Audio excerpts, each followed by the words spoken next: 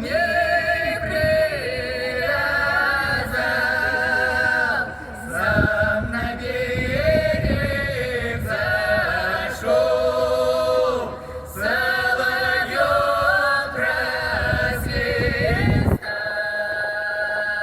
сам на берег зашел, соловьев просвистал, А на береге том, а высокой теремы стоял, там красотка жила, он ее возывал, там красотка жила, он ее возывал.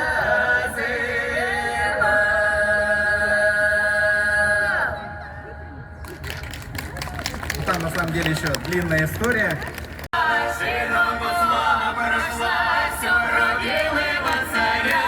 Ой, люли, все про белого царя, все про белого царя, про донского казака. Ой, люли, про донского казака, от донского казака не стрижена голова.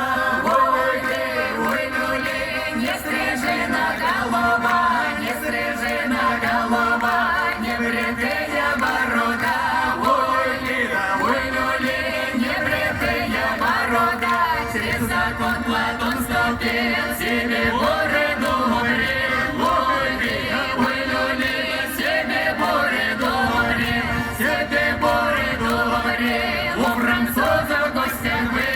Ой, люли, у французов гостях был, француз его не узнал, закупчика почитал. Ой, люли, закупчика почитал. Уж ты, хлопчик, мой голубчик, покажите свой портрет. Ой, люли, покажите свой портрет. Он портретик вынимал, из палаты выбегал. Ой, люли, из палаты выбегал, из палаты выбегал, громким голосом кричал. Ой, люли, громким голосом кричал. Уж вы, слуги, мои слуги, приведите как коня. Ой, люли, приведите как коня. На коня-то он садился, как соколик возвился. Ой, люли, как соколик возвился.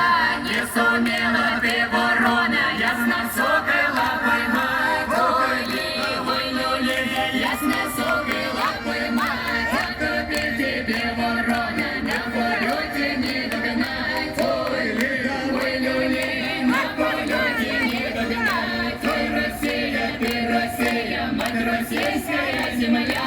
Ой, люли, мать российская земля. Спасибо, друзья. С праздником!